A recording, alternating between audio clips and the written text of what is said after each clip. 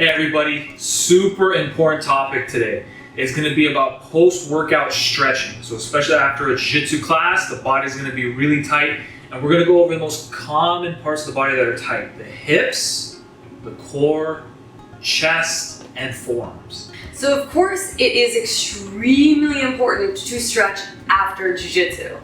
As you're rolling, the muscles that you're using are getting stronger, but at the same time, that means they're also getting tighter. So stretching after jiu-jitsu will help reduce that tightness as well as also soreness for the next day. So there are so many stretches that I wanted to go into because I believe they're all super, super important. But Esteban made me kind of narrow it down more. So that way I picked what I feel are the most important stretches for our tighter areas. So we already did a longer video regarding the forearms and stretching that. So I don't want to go into too much detail about that. So I will leave in the description below a link, so definitely check that out. So before we do get into the stretching, I wanted to make sure that you know that this isn't about overstretching or becoming some sort of extremely flexible contortionist. It's about opening our bodies to prevent injuries or long-term issues. What we want to do is stretch until we feel that light discomfort or that light tug, and that way our bodies remain balanced and we're not overdoing. We're going to be starting with our hips, and Bianca's going to take over from there. But one thing you want to know is why are we attacking the hips first? Well, first of all, if you haven't been aware that we're just sitting all day, I mean, especially now, we're just sitting all day. So the hip flexors get extremely tight and they actually lack the mobility in the opposite direction. And on top of that, jiu-jitsu is a sport that pretty much predominantly will put you in a position where you're very concave and stuck in this position. And man, you're gonna get a huge injury over time if for whatever reason you stretch in the opposite direction too fast. So our first stretch is probably a more obvious one, but it's what I feel to be one of the best and most effective hip flexor stretch or anything around that area, and that is the low lunge. So to get into the pose, we're gonna have S1 shift a little bit behind me. Come up on your knees, and whichever foot you want to start with, step that forward. You can place your hands on your knees, or you can always just start right to the mat. And that back leg, start to just slide it as far away till it feels like you're starting to just get that nice stretch. Here, if you feel your back is rounding with your hands on the ground, that's when you definitely come up, place the hands on the knees, let the hips sink forwards and down towards the mat, and always try to keep those shoulder blades squeezing together. That way we keep that good posture. Now, I've always wondered, this is me, a genuine question. I always wondered, how long do you even, are you supposed to hold it? Because I've heard people say 1 minute, 3 minutes, 2 minutes. And it's what's the length? So, I personally think that it's more effective the longer you hold it. You could literally hold it even for 7 minutes, but that's kind of a little overboard. 3 to 4 minutes is usually what I would recommend, because 1 minute is you're just getting settled into the pose, your body may be just starting to relax, therefore you're kind of defeating the purpose if that's when you pull out. So around 3 to 4 minutes is what I think is the best. So we're trying to look for the feeling of the body relaxing into the stretch, and then we can hold it a little bit longer after that, and then we back off. But then most of us will get into that, once we feel it, we just, like me, I tend to do that, I'll just finish the stretch at that time, which I should be holding much longer. Yeah, it defeats the purpose for that. And we all do, our bodies do relax, just keep that in mind at different stages. Some people might get into it relax right away because they're used to the pose, others take longer, especially if you're really tight. So that's kind of what you're looking for. It's just a little bit of your body starting to calm down, get comfortable in the pose, hold it, get the stretch, and then pull out. So usually, typically, it's about 3-4 minutes. So our second pose is still great for the hips, but it kind of works with everything else around it as well, kind of like the groin. And that is our bound angle pose. So to get into that, you want to bring your feet out in front of you, together with the knees bent, and let them just hang. Grab a hold of the feet, sit nice and tall to start. I'll show you from the side so you can see it a little bit better. Sit nice and tall, make sure that you're squeezing the shoulder blades together, always for that really good posture. Then begin to reach from the chest forwards and down. We reach from the chest forwards and down because we want to keep our back as straight as possible and not start hunching over. And just while we hold this for a little bit, I want to let you know too that we do have the bound ankle pose already filmed for our yoga pose library, so it's a bit more of a detailed explanation, and I will put the link below for that. Now this pose, I'm actually pretty good at it. I have good flexibility here. There's one thing I was actually thinking about was whether the foot should be like, you know, like this, or if it can open. It's a little dirty, but like, can it? Like, well, this is sort of a cheating thing. Like, it looks like you're like really flexible, but like, what's the benefit of me this way versus me like that? You know? So funny you asked that because I like that you said it's cheating when it's really not at all. So technically, doesn't really make that much of a difference. But you will hear a lot of teachers say, grab onto your feet, kind of open it up like a book as you sit down. I never personally feel a difference between the feet together or feet more open. The feet opening sometimes just allows someone a better grip to pull themselves down. That's really the only difference that I've actually ever noticed. So really, you can do any which one you want. Yeah, I find the feet opening sometimes does make it, or it feels easier for the knees to fall, but really when I do either or, I don't notice much of a difference.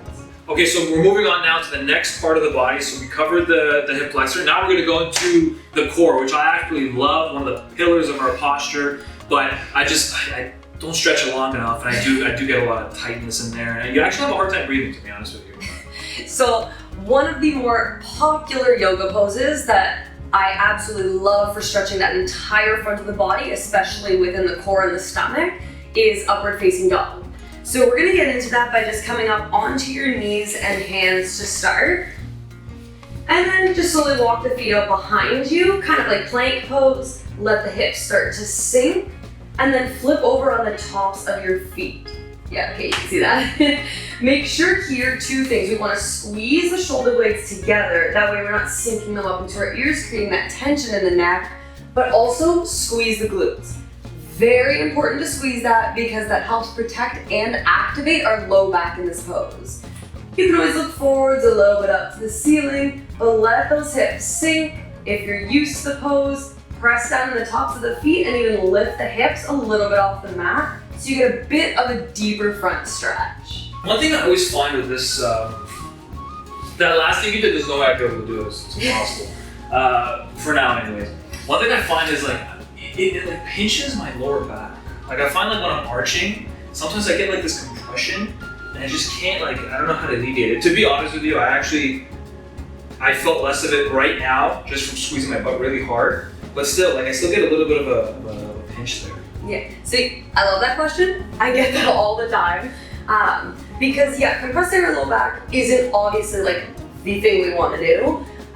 Some people, like me, just naturally do have a more flexible spine, so I really don't feel much compression. Squeezing the glutes, huge thing. That's why I say that's really, really important. But simply, you could just take variations because you don't want to do something that's also causing pain.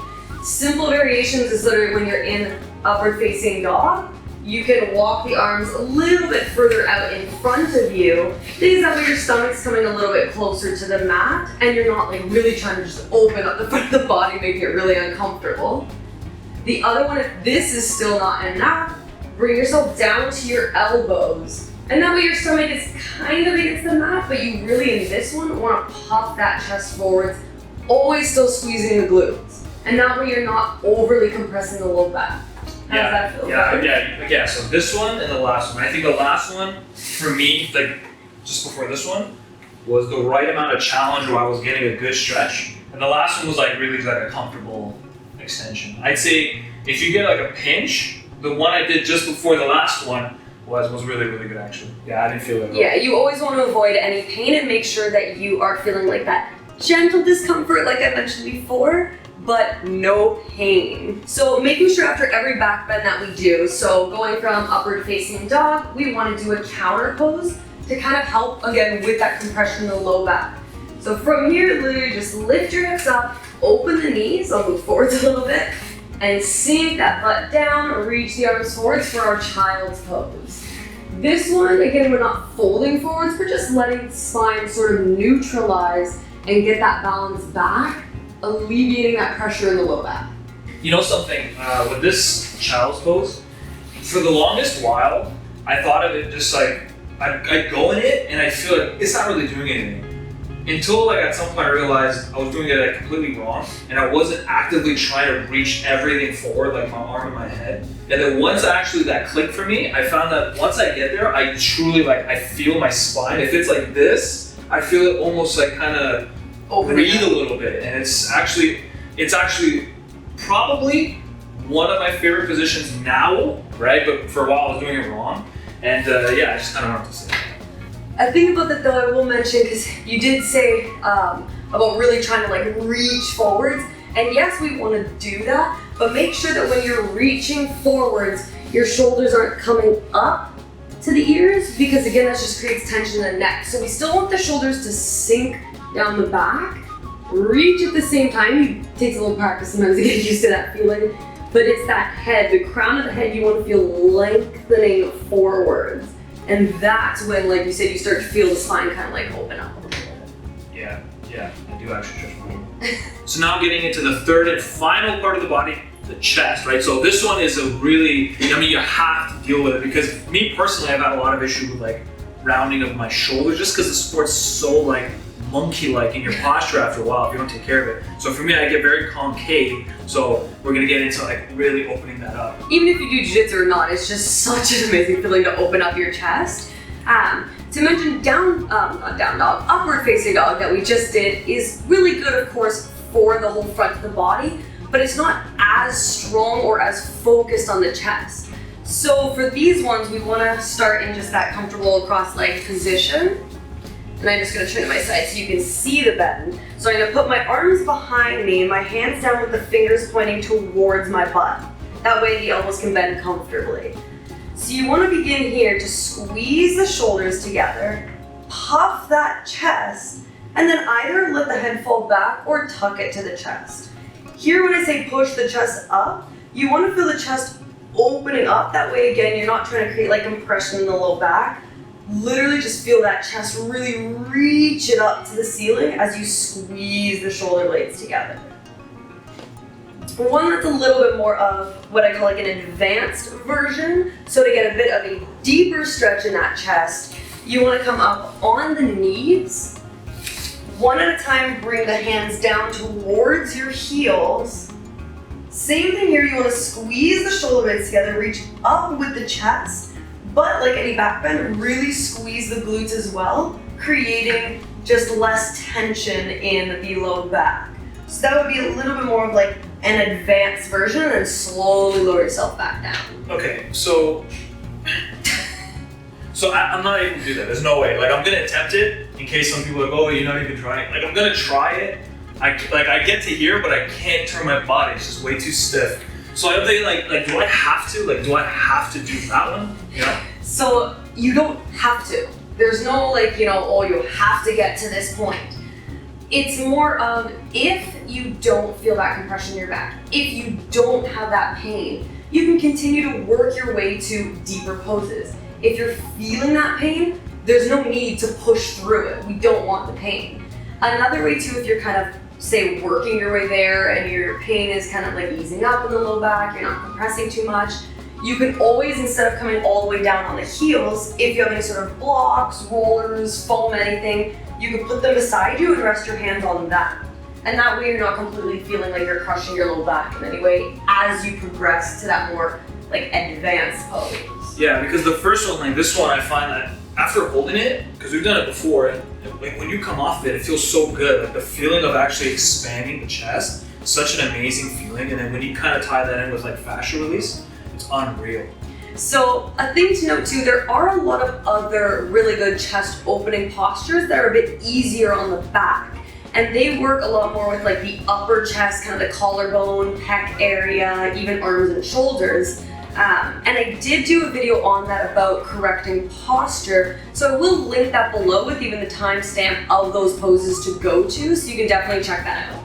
So just to note too, I modify so many yoga poses. Sometimes I'll go to a class that really modify almost everything, just because of due to, chronic injuries or issues.